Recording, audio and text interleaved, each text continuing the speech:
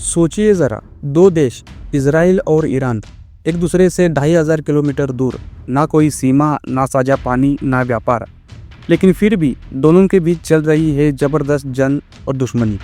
आखिर वो कौन सी ऐसी आग है जो इतने दूर बैठे इन दो मुल्कों को जलने पर मजबूर कर रही है। आज हम जानेंगे कि कैसे कभी दोस्त रहे ये देश बन गए कट्टर दुश्मन। हम आपको ले चलेंगे 50 साल पीछे इतिहास में, कूटनीति के गलियारों में और आतंक के ठिकानों तक, और बताएंगे ईरान और इजराइल की जंग का असली सच। वीडियो को अंत तक ज़रूर देखना, क्योंकि आखिर में हम बताएंगे कि क्या ये जंग कभी रुकेगी या पूरी दुनिया को अपने चपेट में लेगी। 1970 तक ईरान और इजराइल लगभग best friends forever type relationship में थे। मिलकर न्यूक्लियर एनर्जी पर काम करते थे, डिफेंस डील्स होती थी और यहाँ तक कि सीक्रेट टेक्नोलॉजी भी शेयर करते थे। मगर फिर आया साल 1979 और ईरान में आ गई इस्लामिक क्रांति। वहाँ की सत्ता आयतुल्ला खुमैनी के हाथ में आई और फिर इजराइल से सारी मोहब्बत नफरत में बदल गई। ईरान के कट्टरपंथी शासन ने इजराइल को शैतान का साथी कहना शुरू कर दिया और कहा, अब से इजराइल हमारा दुश्मन है। अब बात करें धार्मिक और वैचारिक फ़र्क की, तो एक तरफ है इजराइल यहूदी राष्ट्र और दूसरी तरफ है ईरान एक शिया इस्लामिक गणराज्य, यानी विचारधाराएं टकरा रही है। अब जैसे ट्विटर पर लोग एक दूसरे की पोस्ट पर बिना वजह भड़कते हैं, वैसे ही ईरान और इजराइल भी एक दूसरे की हर एक हरकत से चिढ़ते हैं। ईरान कहता है फिलिस्तीनियों को आज़ाद करो, तो इजराइल कहता है हमास और हिजबुल्लाह को मदद बंद करो। ईरान सीधे लड़ाई नहीं करता, वो करता है प्रॉक्सी वॉर, यानी हमास को पैसा, हिजबुल्लाह को हथियार और कई मिलिटिया ग्रुप्स को ट्रेनिंग, सब कुछ ईरान देता है। और जब हमास इजराइल पर हमला करता है तो इजराइल बोलता है ये ईरान की चाल है। इजराइल को सबसे बड़ा डर है कि कहीं ईरान न्यूक्लियर वेपन्स बना न ले, क्योंकि अगर वो बना लेता है तो इजराइल को लगेगा कि एक दिन वो बम सीधे इजराइल के तेल अवीव पर गिरेगा।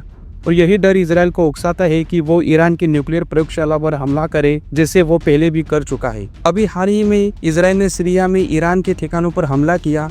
जवाब में ईरान ने इजराइल पर मिसाइलें और ड्रोन दागी। रिपोर्ट से मुताबिक ईरान में 78 लोग मरे, इजराइल में 13। इससे यूएन शांत है, अमेरिका टेंशन में है और बाकी दुनिया सांस रोक कर देख रही है। इजराइल और ईरान दोनों ही खतरनाक है।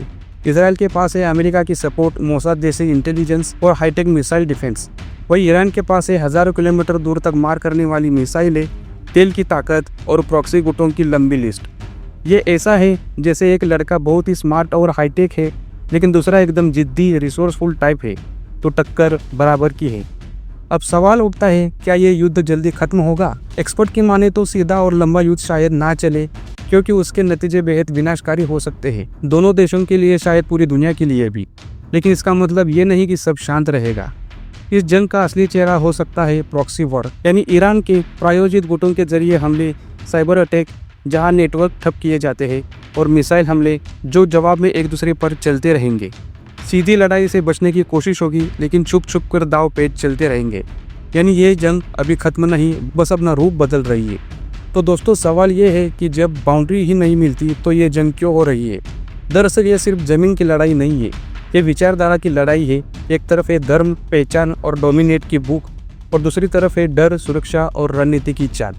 लेकिन सवाल अब ये है, क्या ये जंग कभी रुकेगी या दुनिया धीरे धीरे किसी बड़ी युद्ध की तरफ बढ़ रही है?